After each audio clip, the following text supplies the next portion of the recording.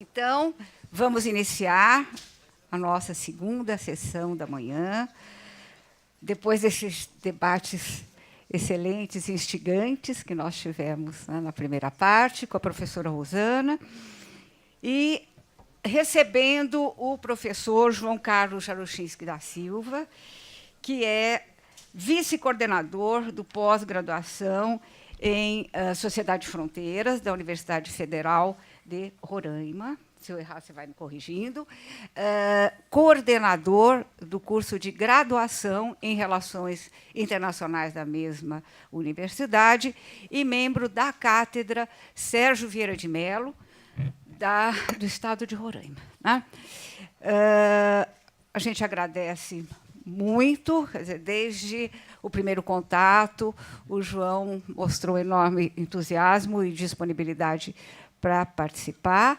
E a gente tem um orgulho especial, porque o João Carlos fez doutorado aqui no Programa de Ciências Sociais, é prata da casa, né, e realmente tem sempre um diálogo muito constante com todos nós, não só da PUC, mas, evidentemente, né, com todos aqueles que estudam migração, e tem uma atuação muito marcante, o que vai ficar claro na fala dele, lutando cotidianamente pela causa dos migrantes, especialmente dos venezuelanos. Tá? Então, não é um intelectual, mas é também um intelectual engajado e ativista. Né? Eu acho que o ativismo faz parte aí, tá, dessa militância cotidiana do João Carlos. E ele vai falar sobre isso, vai falar sobre a migração venezuelana no contexto da fronteira norte. A Rosana já adiantou algumas questões a respeito dessas migrações de fronteira e do caráter que elas vêm assumindo. Então, eu acho que essa exposição do João Carlos vai realmente, né, colocar pontos, né, que vão avançar em relação à discussão da Rosana, e especificamente nisso que se refere às migrações de fronteira. Então, a gente agradece muito, tá? E a nossa sessão deve ir um pouquinho além do meio-dia, estamos começando com atraso, mas o que não deverá atrasar a nossa sessão da tarde, que começa às 14h, com os depoimentos dos imigrantes, para os quais estão todos convidados. Vou usar 2 minutos para falar sobre, né, os trabalhos a que a Rosana se referiu. O Cadernos Metrópole já não tem quase nenhum, a gente está distribuindo. É o número mais recente da revista, eu sou editora. Quem organizou o número foi Rosana, em parceria com o professor José Marcos, da Unicamp. E, tem textos muito interessantes. E o livro a que ela se referiu, A Nova Face da Imigração Internacional no Brasil, lançamos no dia 15 de maio, aqui na PUC, e está à venda na livraria da Educ. Nós trouxemos 3 ou 4 para cá, mas quem quiser, é fácil, é no térreo, no andar térreo, a livraria da PUC, da Educ, especificamente, que também vende livros de outras editoras, e aonde o livro está disponível. Tá bom? Então, acho que os que tinha aí, o pessoal até já comprou, mas é simples, é só ir lá no térreo. E realmente tem trabalhos muito atuais, interessantes. Quem está trabalhando com migração, acho que vale a pena dar uma olhada. Tá bom? Então, como? É a que a Rosana já falou. A Rosana, quem organizou, fomos eu e Rosana, tá? E convidando aí uma série de estudiosos que estão trabalhando com a temática. São 21 trabalhos. Tá? Então, está aí feito o marketing. Ainda não temos disponível para download, que é uma coisa que a gente está tentando fazer na editora, transformar em e-book, tá bom? Mas está aí à disposição. Muito obrigada. João, então, tem a palavra, tá? E, mais uma vez, muito obrigada. Bom dia a todos. É um prazer estar aqui, né, no simpósio tão interessante, né? Eu tenho acompanhado desde o primeiro dia e fiquei bastante contente com as palestras. Queria agradecer especialmente o Padre Paulo, né, pela confiança, o José Carlos também, né, que tem feito comunicado, né, a gente tem conversado bastante, a Letícia, sempre pela gentileza em lidar essas questões logísticas também. Ela sabe que não é tão fácil, né, vir de Roraima para cá. Ela acabou de falar que eu moro em outro país, né, então é um pouco dessas dinâmicas que a gente tem. E o agradecimento especial também à professora Lúcia pelo convite, né? O primeiro contato foi dela, o que ela não quis dizer que ela foi minha orientadora, assim como a professora Marisa Borim, que está aqui, a quem sou muito grato. E estar aqui na PUC para mim sempre é uma alegria, né? Eu me sinto da casa, descer do elevador e ver o corredor é muito gostoso. Bom, eu vim falar com vocês sobre essa questão da migração venezuelana. E com a primeira preocupação que eu tive é não fazer uma repetição de outras palestras. Tem uma série de pessoas aqui que tiveram uma palestra que eu acabei ministrando no TESP, então não quero fazer a mesma coisa. E eu participei, acho que o primeiro Diálogos desse ano foi comigo, né, José Carlos? No Diálogos no SEM, que está inclusive disponível na internet. É a ideia de modificar um pouco as temáticas. Eu vou, obviamente, fazer uma introdução, né, do que está acontecendo, né, nessa dinâmica de movimento, mas felizmente ou infelizmente sempre tem coisa nova, né? Cada dia que você acorda são surpresas novas no que tem acontecido, principalmente no trato da questão migratória pelo Estado brasileiro. Então, tentar fazer de forma mais concisa essa apresentação, né, do que está acontecendo, para a gente poder problematizar 3 questões que acho que são mais fundamentais nesse momento. A primeira é a interiorização, a segunda é a questão do abrigamento e a terceira é o papel da religião, até pensando no próprio público aqui do simpósio, um pouco como a religião tem lidado com isso, né, em relação às religiões, na verdade, tem lidado com isso, mas, obviamente, um enfoque maior dentro da maioria das organizações da sociedade civil lá, que são de denominação católica, né? Então, é um pouco disso que eu vou tentar falar com vocês. Peço desculpas, mas depois de ver os slides dos outros palestrantes, eu não tenho a menor capacidade de fazer slides, eu ia ficar envergonhado, né? Aquela coisa que ia aparecer transparência, né? Aquelas transparências antigas, então resolvi fazer só a questão da discussão por meio da palestra mesmo. Os meus slides seriam horrorosos, eu ficaria muito envergonhado disso. Bom, em relação ao Roraima, você tem uma perspectiva de movimento transfronteiriço que sempre foi bastante constante, né? A principal prova, né, dessa vinculação fronteiriça do Estado é que a rodovia que atravessa a BR-174, que faz a ligação de Manaus até a fronteira com a Venezuela, até a cidade de Pacaraima, ela foi primeiro asfaltada de Boa Vista a Pacaraima, em vez de ser asfaltada para Manaus, mostrando essa perspectiva que já era muito impactante em termos de um comércio, de uma troca, né? Esse isolamento que nós vivemos, e quando eu falo isolamento, é isolamento mesmo, porque é uma dificuldade de integração com o restante do território nacional, que está ficando muito evidente através dessa questão da interiorização. Esse isolamento faz com que exista uma proximidade, uma construção de uma vinculação entre essas regiões fronteiriças bastante impactante na busca de serviços, na busca de bens. Então isso já era tradicional, você tinha uma movimentação bastante impactante. Alguns produtos, por exemplo, nos anos 90, você, para conseguir comprá-los, tinha que ir até a Venezuela. E a gente está falando de produtos meio básicos, como uma papinha de bebê, era mais fácil você ir até a Venezuela comprar do que comprar em Roraima, dada a dificuldade logística de chegar até lá. Então, nesse aspecto, já existia uma formação, né, um transfronteirismo, né, uma vinculação entre as fronteiras, entre essas populações de forma bastante evidente, mas lembrando também que a própria fronteira sul da Venezuela, né, a gente fala da fronteira norte aqui do Brasil, mas é a fronteira sul da Venezuela, é uma região também muito despovoada, né, que também tem uma dificuldade de integração com o restante do território venezuelano, a região de uma série de reservas indígenas e de parques naturais, que você tem lá, a região do grande parque da Canaima. Então, você tem também uma dificuldade da própria integração, que fazia um fortalecimento dessas distâncias mais próximas, entre principalmente Boa Vista, que era a principal cidade no oferecimento de serviços em relação às outras dinâmicas. E dentro desse fluxo, né, que era bastante intenso de entrada, e que continua ainda sendo, né, que a gente fala muito nessa perspectiva do saldo, o saldo ele não passa, ainda hoje, não passa de 15% desse movimento de fronteira. Tá? O professor Duval fez esse levantamento comigo para a gente escrever um texto, e não passa de 15%. Então você tem uma dinâmica ainda muito forte dessa pendularidade, né, de entradas e saídas bastante constantes, mas tradicionalmente o saldo, quando existia, era de brasileiros entrando na Venezuela, principalmente na questão do oferecimento de alguns serviços e da garimpagem, né? Inclusive na Venezuela se fala, né, em garimpo, né, que é um termo que eles não faz parte do idioma, né? Então já existe nessa associação com brasileiros. Então tradicionalmente você sempre teve um fluxo maior de brasileiros e aí localizados nessa região sul, que é a região de garimpagem dentro da Venezuela. Boa parte desses garimpos também que são feitos de forma irregular, né? Não são garimpos autorizados, assim como os garimpos que existem em Roraima não são autorizados.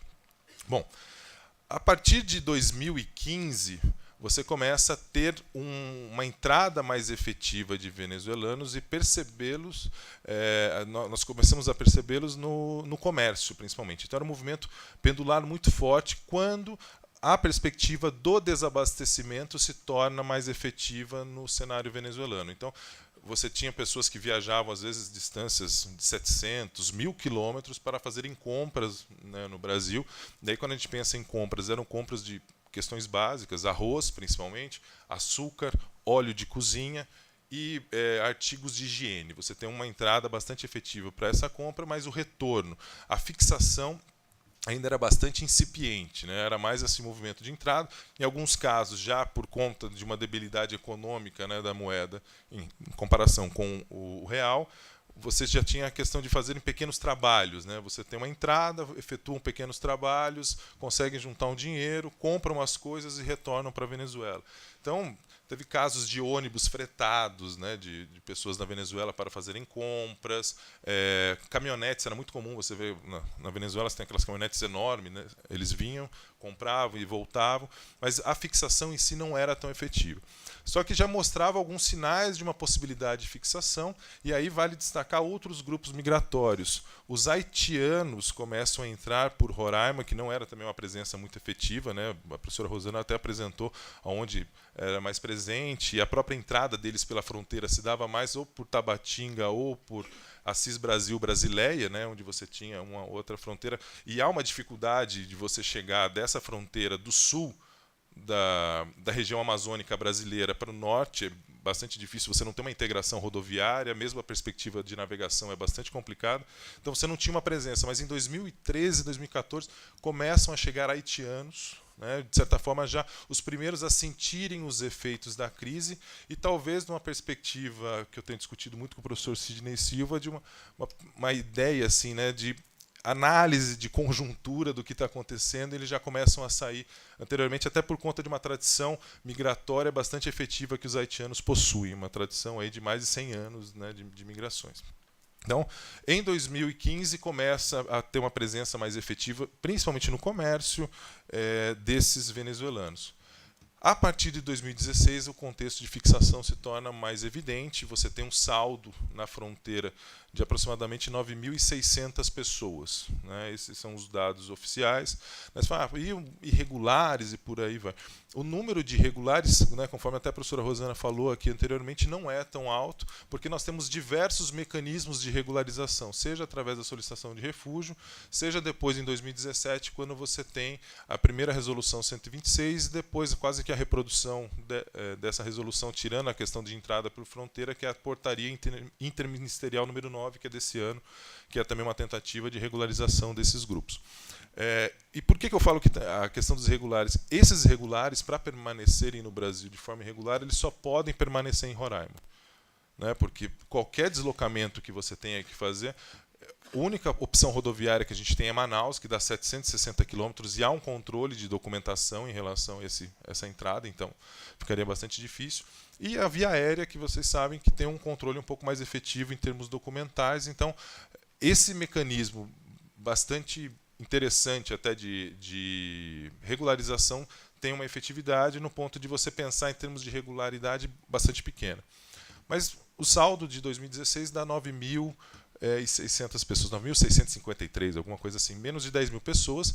E o que chama a atenção, né? Você tem um saldo de 9 mil e poucas pessoas, mas a guerra dos números já começava naquele momento, quando o governo de Roraima falava em 30 ou 40 mil venezuelanos já em Roraima em 2016. Desculpa, mas é um tanto quanto absurdo você pensar nesse número. Já começaram a aparecer textos como o termo invasão e por aí vai, que é um pouco que a gente vai tentar problematizar depois, até aproveitando um pouco da fala do padre Aldo, né, em relação a esse uso discursivo das migrações. Bom, tem uma tendência de permanência de mais estável no começo de 2017, um número de entradas de 100, cento e poucas pessoas, não ultrapassando muito isso. Mas da metade de 2017 aí você tem um crescimento e é algo que está um outro patamar, né? Você teve aquele patamar de 100, cento e poucas pessoas, 200 no máximo, e hoje você está num patamar de 500, alguns dias chegando até 800 pessoas entrando no município de Pacaraima de forma bastante efetiva, e isso começa na metade de 2017. E aí, a partir disso, os dados que a Polícia Federal, eles tentaram fazer uma limpeza dentro dos dados que são apresentados. Os dados até abril falavam num saldo de 48 mil pessoas, né, de 2017 até abril de 2018. Aí você percebe um crescimento em comparação a 2016, nessa perspectiva de entrada de pessoas. Mas também nada absurdo em termos de gerenciamento, né? Às vezes as pessoas perguntam, nossa, mas a invasão, o Estado... Eu falo, gente, então cada jogo no Morumbi com um público grande é um problema de mobilidade, a gente não consegue administrar, porque 48 mil pessoas, somando aí no máximo 55 mil pessoas, e muitas delas já deixaram Roraima, elas não estão lá. Você tem a ideia da própria interiorização das pessoas se dá por elas mesmas. Quem tem uma condição e tem conseguido custear já tem entrado. Se você pega um voo para Boa Vista, a Letícia, que acabou fazendo bastante essa viagem aí por conta das ações, os voos vão vazios, né, ou com metade do avião cheio, e todos eles retornam absolutamente lotados, e o espanhol é muito ouvido dentro desses voos. Vale destacar não só dos venezuelanos, mas também dos cubanos, né? Só esse ano já entraram mais de 5 mil cubanos por Roraima. A gente até depois pode pincelar alguma coisa assim, apesar da especificidade de falar dos venezuelanos. Então, você tem um aumento nessa entrada, mas, repito, há muita demagogia, há um exagero, há uma guerra dos números na forma como tem sido apresentada a gestão migratória em relação a isso. A partir de 2017, o que você tem? É importante a gente destacar que a sociedade civil ainda era bastante incipiente dentro do estado de Roraima, e era uma sociedade civil mais focada na questão indígena, que é uma questão tradicional no estado.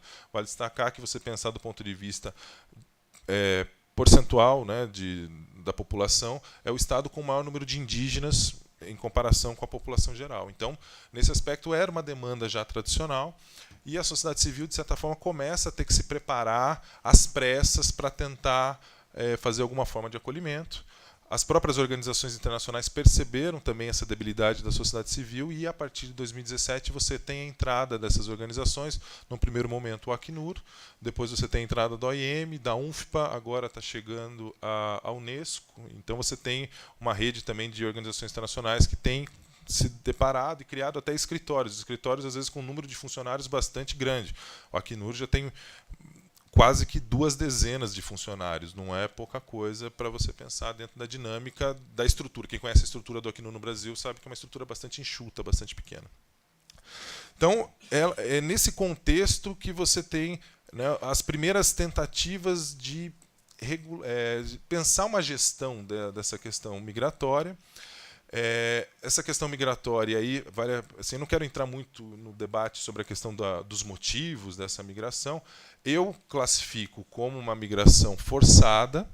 E aí, quais seriam os motivos para essa migração forçada? Principalmente a questão do desabastecimento, que acaba atingindo em menor ou menor intensidade, mas todo mundo na Venezuela é atingido por essa dificuldade. É um desabastecimento principalmente de alimentos e também de medicamentos. Então tem muita gente saindo de lá, ou pessoas buscando medicamentos para conseguir enviar para a Venezuela, né? É bem interessante. E aí vem o primeiro ponto a ser pensado: estar perto da fronteira é uma vantagem, porque os sistemas regulares de transmissão de dinheiro dentro da Venezuela tem funcionado muito mal. Mesmo o sistema de você enviar alguma coisa in natura ou um produto tem sido bem complicado. Então, nesse aspecto, estar próximo à fronteira ainda é uma vantagem, porque daí você consegue, dentro da dinâmica do próprio Estado venezuelano, se aproveitar e conseguir mandar alguma coisa para a sua família. Mas o que a gente percebe, então, é que é uma migração forçada. Muitos deles também relatam a questão de uma fuga da violência, né? Não, mas é uma migração forçada que não se enquadraria naquilo que a gente chama de hipóteses clássicas do refúgio. Obviamente, há casos de perseguição política, né? Você houve uma série de relatos em relação a isso, mas ele não é dentro desse grande número de pessoas que a gente tem recebido. E aí vem um primeiro aspecto, né, para a gente pensar. A gente muito celebra a tal da Declaração de Cartagena, a inserção na legislação brasileira da tal da hipótese de Cartagena, mas na hora da aplicação a gente tem uma resistência por parte do governo, que é a questão de declarar a grave e generalizada violação de direitos humanos. E aí vocês me desculpem, se as pessoas não conseguem comprar alimentos, e quando assim eu falo não conseguem comprar alimentos, é uma situação bastante severa. Vários migrantes, a gente conversa, olha, você está precisando de alguma coisa, às vezes de uma vestimenta, né, que a gente recebe muita doação de vestimenta. Você está precisando de uma... Não, eu tenho roupa. Eu só preciso de um cinto ou de um suspensório, porque minhas roupas estão caindo, né, porque uma parte deles realmente chega num grau de vulnerabilidade assim, em termos físicos bastante grande. Então, por isso que eu classifico como uma migração forçada, mas como ele não se encaixa dentro da hipótese de refúgio mais clássica, e infelizmente a decisão se aplica a Cartagena ou não é discricionária do governo brasileiro, então você acaba criando uma perspectiva que aí eu com a professora Lúcia inclusive escrevemos um texto sobre a questão de fluxos mistos, né, essa perspectiva de como é que a gente enquadraria, e aí é um tanto quanto constrangedor, né, você pensar que a definição de fluxos mistos parte por conta do destino e não da origem, né? Muitas vezes é uma problemática, como é que a gente está tentando lidar, mas que infelizmente faz parte ali. Outro ponto a ser destacado, a fronteira do Brasil com a Venezuela ela é enorme, né? São 2.199 quilômetros, mas a passagem efetiva só se dá entre Santa Helena e Pacaraima. O resto são regiões que têm uma grande área de fronteira que é terra indígena Yanomami, nos dois países, né? Então eles têm essa circulação. Há também até uma própria dificuldade natural, não só da floresta, mas você tem um relevo, né, você já deve ter ouvido falar do Monte Roraima, né, um relevo um pouco mais difícil de ser vencido, então a fronteira acaba se dando ali em Pacaraima e Santa Helena, onde você tem essa passagem, mas assim não é uma fronteira com demarcações naturais, né, você inclusive tem a perspectiva da construção de marcas, e há um tratado chamado Tratado Não Edificante entre Brasil e Venezuela por 30 metros que você recua da linha de fronteira para que não haja construção ali para conseguir estabelecer, porque quando você olha, né, do ponto de vista de relevo, você não consegue identificar que lado é Brasil, que lado é Venezuela. Então você tem essa passagem ali. E por que eu estou discutindo isso? Porque um dos elementos que a gente vai ter que falar hoje é a perspectiva de uma proposta de fechamento de fronteira que foi apresentada pela governadora do estado, que é um tanto quanto, né, maluco, né, de você pensar não só pelos compromissos internacionais, mas da própria dinâmica da fronteira, onde você tem uma circulação muito facilitada pela questão de relevo, né? Então não teria o menor fundamento. A única coisa que a gente ia conseguir fazendo com uma perspectiva de política de fechamento de fronteira era aumentar o contrabando de imigrantes e tráfico de pessoas, né? A gente ia deixar as pessoas numa situação ainda mais vulnerável. Infelizmente, esse tipo de medida tem ganhado apoio dentro da sociedade roraimense. Bom, outro ponto que eu queria destacar então para vocês, além desses números, né, que a gente está falando e dos tipos migratórios, há um número expressivo de solicitações de refúgio. E aí tem dois aspectos. Num primeiro momento, conforme a professora Rosana até comentou, o Estatuto de Estrangeiro que vigorava aqui no Brasil, a Venezuela não conseguiu adentrar no acordo do Mercosul, né, porque teve uma série de requisitos que ela acabou não cumprindo. Então, os venezuelanos não eram beneficiados pelo acordo do Mercosul. O enquadramento nos tipos de visto do Estatuto de Estrangeiro eram bastante complicados. Qual é a solução? Solicitar refúgio. E aí tem um outro ponto interessante. Quando da Resolução 126, na tentativa de regularizar, ela veio com um custo. E a gente está falando num migrante forçado que vem de uma situação de extrema vulnerabilidade econômica na Venezuela, que a moeda dele, comparada com a moeda brasileira, não vale absolutamente nada. Então, nesse sentido, ficaria muito difícil ele custear. Ele até teve, num primeiro momento, uma tentativa de redução desses custos para metade, mas ia ficar em torno de R$250, o que, no caso deles, faria muita diferença. Até aproveitando a fala, né, a pergunta da diminuição das taxas. O que foi feito é uma ação judicial, quer dizer, então não é política migratória, foi feita uma ação judicial que acabou cancelando esses custos, mas nesse sentido ela não teve o número de solicitações que nós esperávamos. Tá? Você tem um número ainda baixo, mesmo tendo a possibilidade de converter, quem solicitou refúgio, poder converter para essa resolução. E por que isso? Aí também tem um outro fator. Hoje, obter documentos na Venezuela tem sido bastante difícil. Então, uma das dificuldades até da própria perspectiva de recepção é essa questão da documentação. Muitos acabam chegando sem qualquer tipo de documento, principalmente crianças, e aí fazer a solicitação de refúgio é o caminho mais fácil, né, que você encontra, porque há uma burocracia menor e você consegue aceitar esse tipo de situação. E acaba, né, sendo uma ferramenta utilizada nesse aspecto, por isso que a gente tem, dentro desses números que a professora Rosana trouxe aí de solicitações de refúgio, a grande maioria é de venezuelanos. Solicitações essas que desse grupo, desse fluxo que está ocorrendo agora, não foram ainda decididas no CONARE. Né? Até uma preocupação, e acho uma preocupação bastante importante da sociedade civil. A sociedade civil muitas vezes é quem tem barrado no CONARE a questão desse debate, para a gente ter um enquadramento melhor, já que a hipótese que eu considero mais aceitável, que seria a aplicação da grave generalizada violação de direitos humanos, parece que não tem possibilidade de sair, porque há uma resistência. Resistência essa que já foi até maior, né, Letícia? Mas agora o MRE até aceita, né, porque o MRE tem sido bastante contundente nas críticas à Venezuela, mas no nosso caso ainda tem, principalmente da polícia, ainda há uma resistência a outros órgãos que veem alguns problemas na aplicação da hipótese de Cartagena para esses migrantes venezuelanos. Então, não foram ainda decididas nenhuma dessas solicitações. Tá? Então tem gente que está aí há quase 2 anos já sem nem entrar na pauta. É uma questão que depois a gente vai ter que resolver, porque a nossa estrutura até de análise de refúgio ela é bastante pequena, né? Bastante incipiente. Existia uma hipótese até de abrir do ponto de vista regional, mas a coisa não tem andado muito nesse sentido. Então, por isso que assustam, né? Às vezes, quantos solicitantes de refúgio, mas é uma perspectiva dessa dinâmica que você tem e você consegue perceber, além da documentação rápida que você recebe, a própria demora acaba se transformando numa vantagem, né? Você tem uma perspectiva de regularidade bastante interessante para a situação que eles estão vivendo lá. A única questão do solicitação de refúgio que gera é a não possibilidade de voltar para a Venezuela. E aí muitos deles acabam retornando para a Venezuela algumas vezes. Obviamente isso na hora da análise da solicitação de refúgio vai ser levado em consideração. Tá? E aí provavelmente você vai ter um número de reconhecimentos muito pequeno, né, dentro desse montante de que você tem feito isso daí. Bom, então, como a gente estava comentando, a regularização se dá de forma efetiva.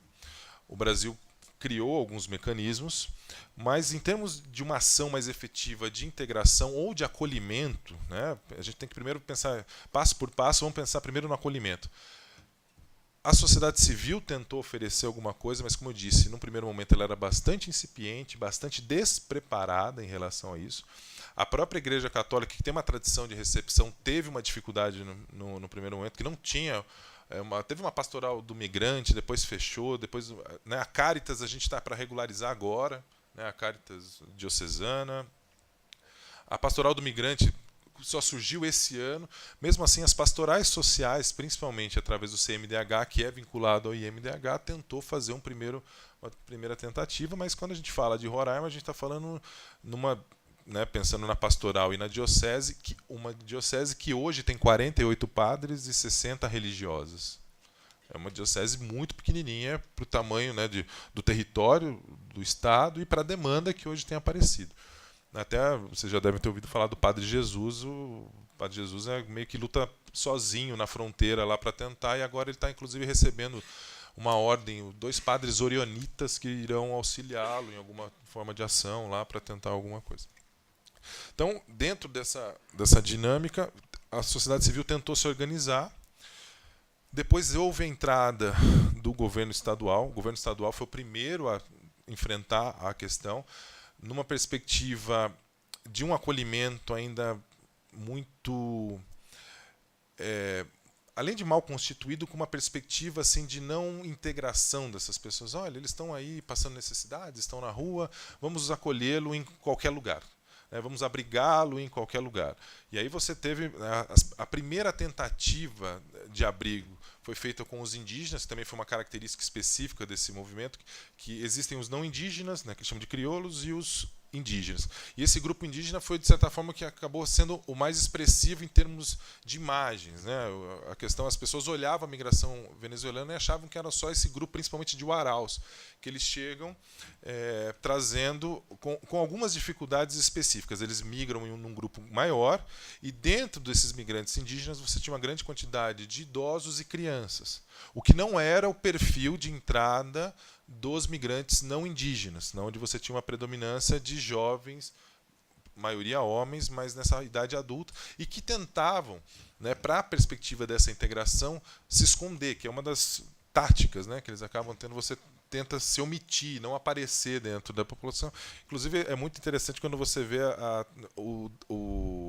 você vai conversar com alguns desses migrantes e o sotaque, eles tentam fingir que são brasileiros, até usam algumas expressões ali muito roraimenses para tentar meio que fugir. Daí você fala, você não é venezuelano? Daí ele quase, não é um crime, calma, eu só estou perguntando, quero conversar, tá? Porque eles têm no primeiro momento uma tentativa de passar desapercebido dentro da sociedade.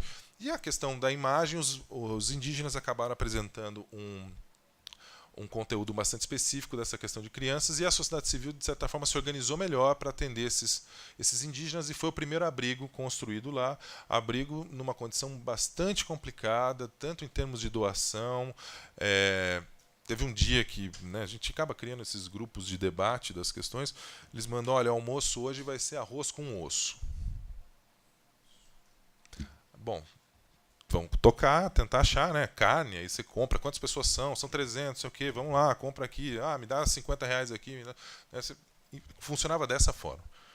E depois o governo do estado assume, e não achem que foi melhor. Tá? Você teve uma atuação coordenada pela Defesa Civil, numa condição de higiene horrorosa, e também, quando eu falo nessa questão de alimentação, no mesmo sentido. Só para vocês terem uma ideia, eu acabei organizando uma campanha de Natal para compra de frangos.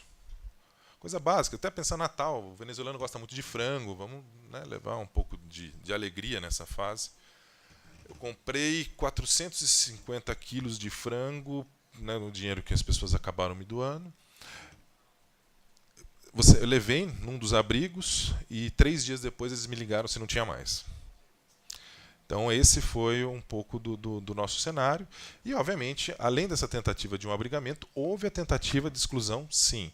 Vocês devem se lembrar, no dia 9 de dezembro de 2016, houve uma tentativa de deportação em massa de venezuelanos. Eles estavam morando já nas ruas, no entorno de uma feira, e houve uma tentativa da Polícia Federal recolher essas pessoas para fazer a deportação. Quer dizer, quem conhece o processo de deportação sabe que é um processo um pouquinho mais rigoroso, um pouquinho mais lento para você estar atuando. E todos eles iam ser deportados naquele dia. Eu fiquei sabendo pela manhã, fui com outro professor lá ver qual era a situação, e eu liguei para a Defensoria Pública e falei, olha, está acontecendo isso. E aí uma luz apareceu na doutora Roberta, ela fez um pedido de habeas corpus coletivo, que é até um pouco estranho do ponto de vista jurídico, mas ela fez o certo, jogou a responsabilidade nas mãos da juíza. E essas pessoas só não foram deportadas, a juíza aceitou o habeas corpus, mas só não foram deportadas porque os ônibus quebraram no caminho para Pacaraima. Se os ônibus tivessem quebrado, a ordem não teria sido cumprida de retorno. Então, só para vocês terem uma ideia, que era uma situação bastante caótica. Só fazer um parênteses, depois desse episódio, a forma como a Polícia Federal atua mudou muito. E num sentido muito positivo. Comparando com a realidade que eu vi no Acre anos anteriores, o que a Polícia Federal em Roraima faz, olha, A gente tem uma resistência, quem pesquisa migração, essa perspectiva de securitária, de estar na polícia, mas o que a Polícia Federal de Roraima faz é digno de registro em termos de tentativa de acolhimento, tentativa de dar um tratamento minimamente digno e organizar aquela fila que é uma bagunça todos os dias. Tá? Isso não dá para tirar o mérito dessa daí. É bom que a gente dê nome aos bois também. Bom, então em 2016 foi esse cenário caótico. Em 2017 as organizações internacionais parece que perceberam Roraima, né? Apareceu no mapa. E começa a ter uma série de tentativas, começa a própria sociedade civil receber apoio para se capacitar, gente. Quando a gente está falando, não é só ter dinheiro, é ter capacidade para utilizar esse recurso. Isso era bastante complicado dentro desse sentido, até porque a Letícia acabou começando a ir para lá, que era um pouco dessa capacitação, visualizar, compreender um pouco desse cenário. E é um pouco do que está sendo construído até agora. O governo brasileiro... A prefeitura do município de Boa Vista mal debatia a questão. Tá? Teve um evento organizado pelo Ministério Público Federal, onde a prefeitura não mandou nenhum representante, então mostra assim, a total invisibilidade da temática, ou a tentativa de fugir do tema, e só o governo estadual, de uma forma bastante complicada, né? Como eu disse, precisando de doação, não tendo uma organização, não estando articulado com a assistência social de forma efetiva, e aí vale, né? A gente estava falando aqui em política migratória, política para o migrante, o plano decenal da assistência social já fala na questão do migrante. E o que você vê no Brasil é praticamente nada nesse sentido. Tudo bem que o plano decenal começou agora, em 2016, mas ele tem que começar, principalmente em regiões onde essa demanda tem aparecido, ele tem que estar presente, pelo menos ser pensado, ser articulado. E é um pouco do que a gente pode pensar até a noção de abrigamento. O abrigamento existem dinâmicas da assistência social para você pensar o abrigamento. E hoje a gente tem, em Boa Vista, quase 10 abrigos e com a construção ainda de mais 2. Né, abrigos aí que na faixa de 4.000 pessoas estão abrigadas. E as dinâmicas da assistência social não estão presentes. E aí tem um outro ponto também interessante. Não são campos de refugiados. Então é uma coisa sui generis, o que fica difícil para a gente até pensar. Que política é essa? Né, o que a gente está fazendo aqui? Bom, mas isso depois a gente problematiza um pouco essa dinâmica. Então, em 2017, você começa, o governo federal, a primeira ação que ele faz é uma força-tarefa da Polícia Federal para tentar atender as solicitações. A gente não estava conseguindo nem atender a solicitação, e foi criado uma coisa talvez mais estranha para quem é de fora, para que pensa as migrações, o protocolo do protocolo. Então você ia lá, para você não ir todos os dias ficar tentando solicitar o seu refúgio, eles davam um papelzinho. Ele esteve aqui, né, e a gente marcou para ele voltar a tal dia, para que, se ele fosse pego pela polícia, a polícia não o deportasse, não falasse que ele está de forma... Mas é um documento que não dava acesso a absolutamente nada, né? Em termos de escola, trabalho, né? Todas as outras perspectivas você não teria ali. Mas foi uma primeira tentativa de ação. Aí teve uma força-tarefa para zerar a fila dentro da Polícia Federal, mas só isso. O governo federal um pouco se envolvia, e até muitas vezes eu fiz uma crítica que acho ainda válida para o ano de 2017. Nós tivemos N missões. Era toda semana alguém ligando: professor, podemos conversar? O senhor pode participar de uma reunião? Daí chegavam N grupos. Né? Eu até falei, nossa, a maior distribuição de diárias e passagens do Brasil foi para Roraima esse ano, né? Não é possível. Mas em termos de ação, muito pouco foi construído, e a crítica continua sendo válida, porque a resposta que está sendo dada agora pouco tem a ver com os debates que nós fizemos lá em Roraima. Isso é um ponto fundamental para a gente estar pensando. Bom,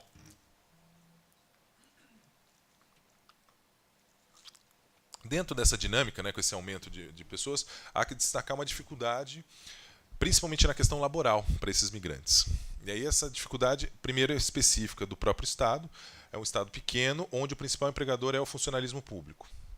Esse é um elemento onde eles não podem estar participando. Então isso é bastante complicado para a gente estar pensando, né, nessa dinâmica. E aí a gente tem também um outro ponto, que é a dificuldade de revalidação de diplomas. E essa dificuldade de revalidação de diplomas, desde o custo, né? Aqui em São Paulo tem uma lei que, né, fala da isenção de taxas, mas eu precisaria até dar uma olhada mais especificamente na lei para saber se você deixa de ter aqueles 1.000 e tantos documentos, todos traduzidos por tradutor juramentado, que obviamente aumenta muito o custo dessa atuação. E no caso de Roraima, a gente está falando de um estado que tem uma universidade, a minha universidade, nós temos na faixa de 600 professores. Doutores são 200 e poucos. né? A universidade estadual é um número ainda menor, são praticamente 100 professores. Com um doutorado, um número muito pequeno.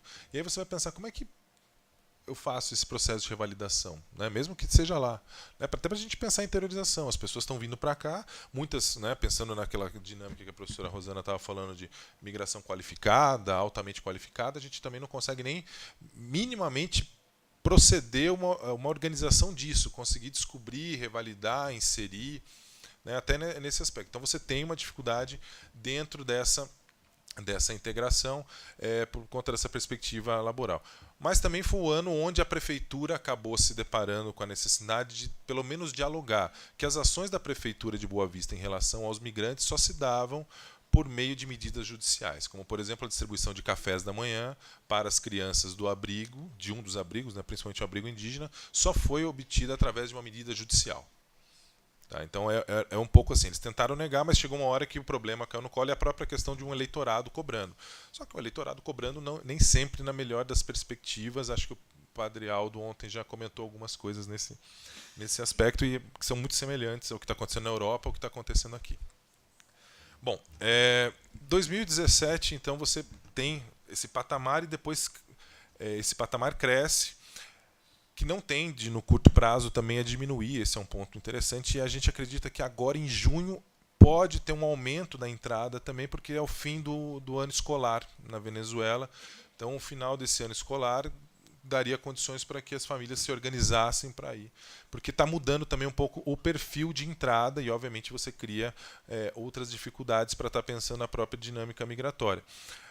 Esse perfil tem mudado de um público jovem adulto, agora já na formação de redes, a entrada das famílias também, né? Você tem uma entrada de crianças hoje bastante efetiva dentro desse cenário e as nossas ações parece que muito pouco pensam nisso daí. Quando a gente fala, aqui foi comentado na questão educacional, até foi feita uma pergunta na palestra anterior, como é que é o termo? Os alunos, eles são todos matriculados, como eles não têm documentação, você tem uma dificuldade nisso, são todos matriculados na primeira série. Então você tem criança de 11, 10 anos matriculada na primeira série. E, gente, nessa fase da vida eles são umas esponjas, né? Eles já aprendem muito rápido, né? A questão da dinâmica do português e tal, para se comunicar rapidamente. E a gente só faz a reclassificação depois de um ano. Então fica um ano e aí o que acontece? Você cria também um outro problema de xenofobia. Esse ano há uma briga intensa porque alegam que os venezuelanos estão acabando com as vagas nas escolas. É esse o discurso que você ouve. Não consegui matricular meu filho na escola que eu queria porque tem um monte de venezuelanos. Mas daí a gente tem que pensar. Tem crianças de 10, 11 anos que estão sendo matriculadas na primeira série. E aí, obviamente, você vai ter um esgotamento daquelas vagas. Então é um pouco dessas políticas que a gente não consegue pensar a partir desses novos cenários. Do ponto de vista retórico também, a educação é mas é o menor. O segundo é que os venezuelanos estão tirando os empregos dos brasileiros. E aí uma falácia tão grande, né? Porque, como eu disse, a maioria dos empregos em Roraima são empregos vinculados ao serviço público. Esses venezuelanos não têm nem a revalidação do seu diploma, pouquíssimos têm conseguido obter isso daí. Na maioria, quem consegue obter são os médicos, porque daí você tem a questão do Revalida, que é um sistema nacional, e aí fica um pouco mais fácil. E vale destacar que mesmo no caso dos médicos, eu recebi denúncias, por exemplo, do CREMESP aqui em São Paulo, de que médico venezuelano que passou pelo Revalida, passou pelo CELPE-BRAS, não era aceito se estivesse com pedido de regularização por meio da 126, porque ali fala em temporário. Não aceitaram. Então você vê como aí a gente teve uma argumentação lá, né, a Defensoria Pública interviu, aí eles começaram a aceitar refugiado, é que a gente falava para o médico, solicita refúgio. Né, tenta alguma forma para você conseguir. Mas aí é um pouco de como a gente lida com essas dinâmicas. Né, a gente não tem. Então falar que eles estão tirando emprego, que emprego? Né, obviamente, o cenário de vulnerabilidade que parte desses migrantes tem, e aí é um outro ponto interessante. Muito vocês veem na mídia a ideia da vulnerabilidade desses migrantes. Realmente, boa parte deles tem uma vulnerabilidade, mas não estão todos em situação de rua, ou todos em situação de abrigamento. Mesmo se aqueles números que eles apresentam lá, se forem reais, né, que eles falam em 30 mil pessoas só em Boa Vista, tem um número bastante acentuado de venezuelanos em Boa Vista, mas 30 mil, a gente pensaria em termos urbanísticos uma série de problemas, né? Desde a questão de abastecimento de água, a questão de utilização dos transportes, áreas de ocupação, uma expansão de uma área de ocupação bastante significativa. Mas vamos pegar 30 mil, o número que eles falam, tem alguma base real para a gente pensar. O número de pessoas em situação de vulnerabilidade extrema é na faixa de 4 a 5 mil. Mas a impressão que dá é que estão todos, né? A maneira como é transmitida a mensagem de que todos estão dentro daquela situação bastante complicada de vulnerabilidade. Então é um pouco nesse sentido. E aí que, dentro dessa situação, lógico, tem muitos fazendo trabalho por diária, aceitando qualquer coisa, a questão da própria exploração sexual que ocorre efetivamente, né? Houve um aumento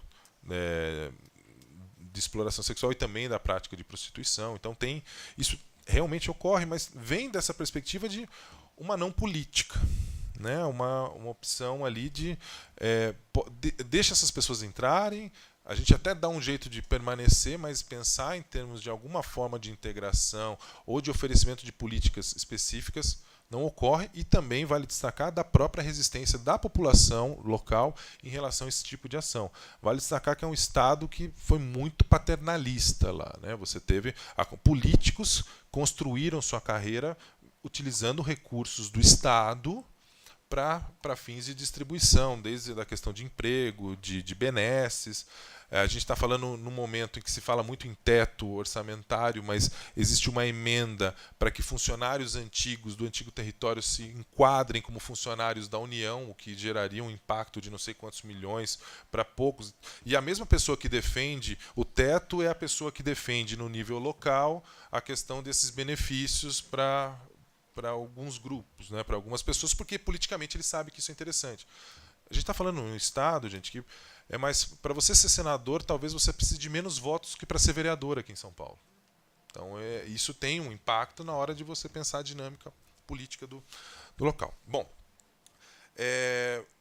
então o governo. Não foi feita a ideia de que eles estão tirando nossos empregos, e aí pergunto, qual emprego? Será que as pessoas estão sujeitas, né, a trabalharem, né, naquilo lá?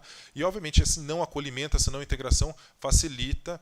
A gente já teve denúncias, vocês sabem que aqui no Brasil enquadrar como trabalho escravo não é tão simples assim, né? Principalmente se você pensar no contexto urbano do trabalho doméstico, a fiscalização não é efetiva, mas já há algumas constatações de trabalho escravo, de exploração sexual e por aí vai, que depois, né, a judicialização disso é muito problemática, muito difícil de você conseguir enquadrar, mas já há essa perspectiva por conta dessa não integração. Mas em termos xenofóbicos mesmo, né, e aí vem uma xenofobia muito a partir do Estado. Se você tem um Estado, e aí a gente volta para aquele mesmo problema, que diz quero fechar a fronteira, você está mandando uma mensagem muito clara para a sua população no sentido, olha, não quero receber. E aí, ontem foi muito falado da questão de um discurso utilitarista, né? Lógico, do ponto de vista ético, para mim a ideia do acolhimento dessas pessoas são sujeitos de direito, mas às vezes para tentar quebrar uma xenofobia que muitas vezes se dá de caráter técnico, talvez a utilização de um discurso utilitarista do migrante ela possa, pelo menos para quebrar essa argumentação que os Estados fazem. No caso de Roraima é muito isso, eles só dão custos. E aí quando a gente apresenta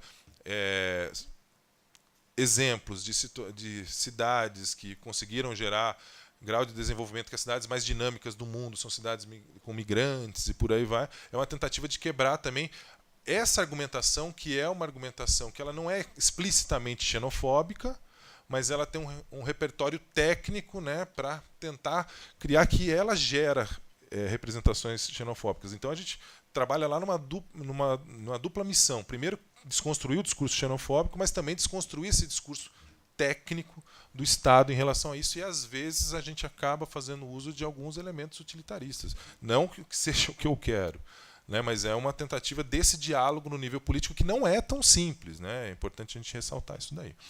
Então, no ponto de vista xenofóbico, lá o que o Estado alega? Primeiro, a questão do serviço de saúde, que gerou o caos. Né? Se você lê as declarações, são muito dúbias, né? Ou não dúbias, mas contraditórias. Por que contraditórias? Quando eles falam que gerou o caos, parece que eu estava sendo atendido no sistema hospitalar sueco, né, em Roraima. Né? É um pouco disso. Só para vocês terem uma ideia, o hospital de referência em Roraima tem 6 salas cirúrgicas. 6. Esse é o hospital de referência.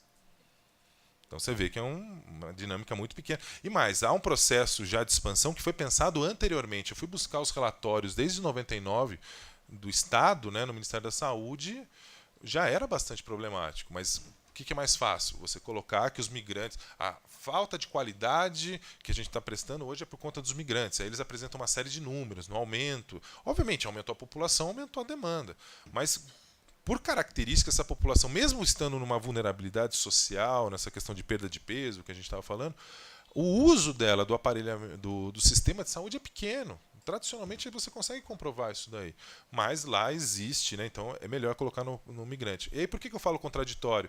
Porque ao mesmo tempo eles falam que nós somos um Estado pobre, né? Dificuldade. Peraí, mas o caos não foram os migrantes? Então não era bom antigamente e agora ficou ruim, mas você está falando ao mesmo tempo que ele era pobre, mas não importa. É importante, de alguma forma, falar que a gente é pobre, obter recurso, né? A ideia lá de que político bom é o político que traz dinheiro, obter recurso e falar que a culpa é do migrante.